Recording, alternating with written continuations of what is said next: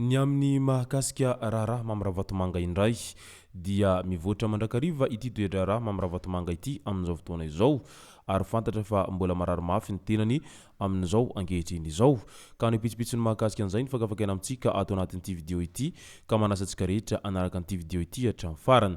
Azadino ny milaiky ny video antsika ary tsarovy hatrany ny miabone amin'ny chaîne antsika mba ahafahanareo manaraka tsy tapaka ny video zay lefa nahito isan'andro. Tsy ampendrela moa isika fa avy hatrany tonga dia vavany ndao ary.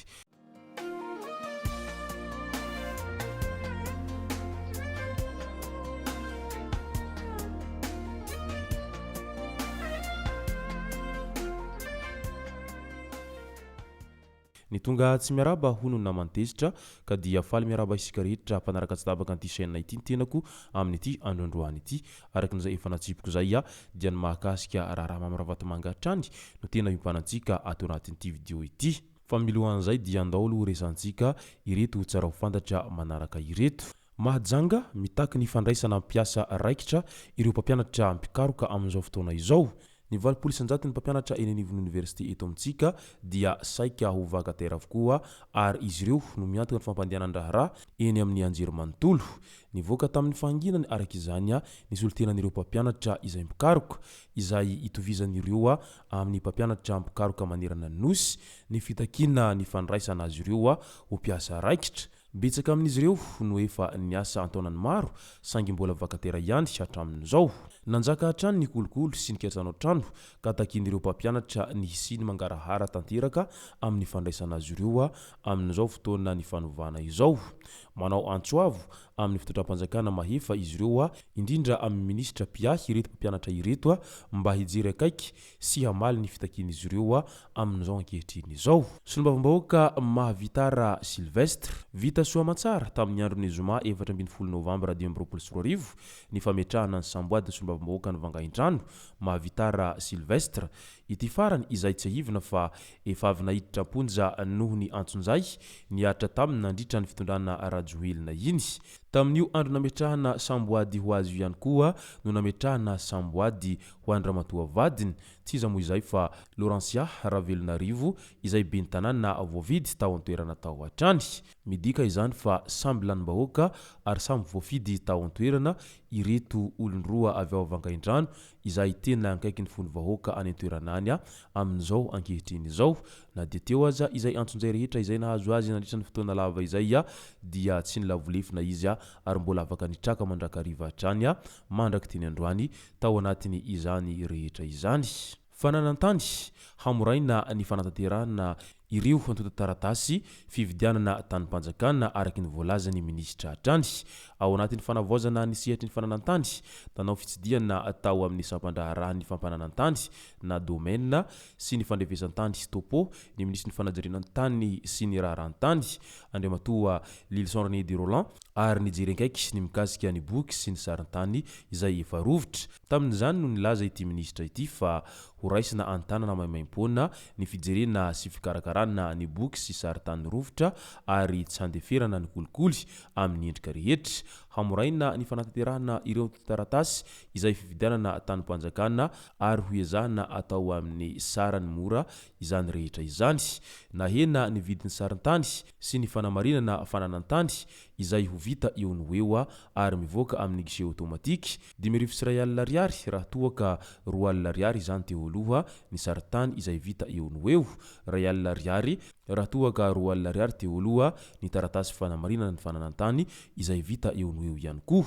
Natao izao mba ahafahan'ny malagasy rehetra misitraka tanimpanjakana sy ny tolotra manaradalana lavitry ny kolikoly ho an'ny mpanjifa hoy ny fanazavana hatrany. Andao amin'izay ho resantsika ny mahakasika any raharaha mamiraavatomanga amin'izao ankehitriny izao satria raha ny fiovan'ny toedraraha amin'izao ankehitriny izao dia hita fa mafana dia mafana ity toedraraha mamiraavatomanga ao Nosy Morisy ao amin'izao ankehitriny izao ary mbola tsy fantatra mazava moa izay hiafarany ity raharaha mamiraavatomanga ao Nosy Morisy ao fa raha ny fantatra amin'izao fotoana izao dia mandalo tsy fahasalamana ity mpandraharaha teratany malagasy izay kalaza amin'ny fananan-karena ity amin'izao ankehitriny izao.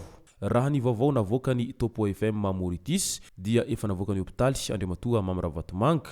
Io loharanom-baovao io hatrany no nilaza fa ho alefa avy hatrany any anaty selila ity mpandraharaha ity ary any indray no iambenana sy miandry ny fitompitsarana manaraka indray amin'ity raharaha Mamravatomanga ity hatrany.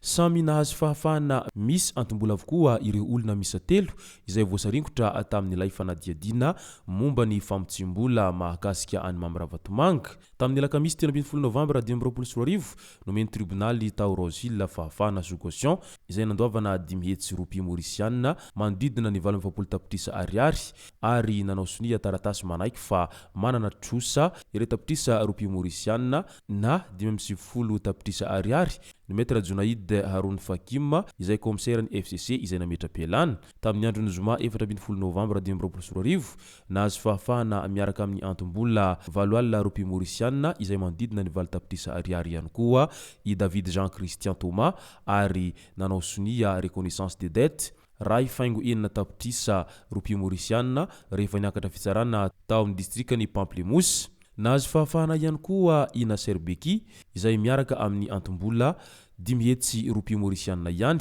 sy nanao sonia taratasy manaiky fa manana trosa ireo tapitrisa ropy maurisiana rehefa niakatra fitsarana tao Port-Louis. Ny fitsarana any Mamravatomanga araky izany sisa no tena andrasan'ny mpanara-baovao.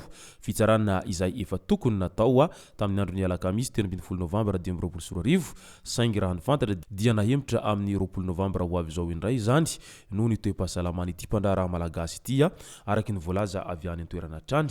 Midika izany fa tena mbola mafana dia mafana ity raharaha Mamravatomanga ity amin'izao ankehitriny izao ary andrasan'ny maro izay fivoarany toe-draharaha ny amin'ny mahakasika an'ity raharaha Mamravatomanga any Nosy Maurisiana amin'izao ankehitriny izao.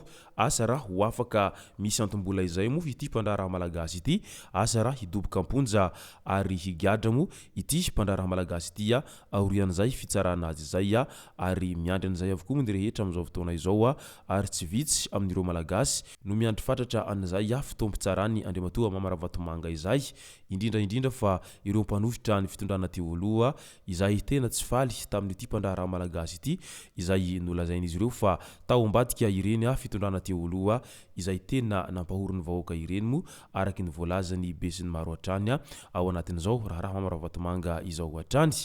Ka izay no masaka azona roso tao anatin'ity video ity tomboko lasy tomboko vavy misaotratsika rehetra nanaraka an'ity video ity hatramin'ny farany.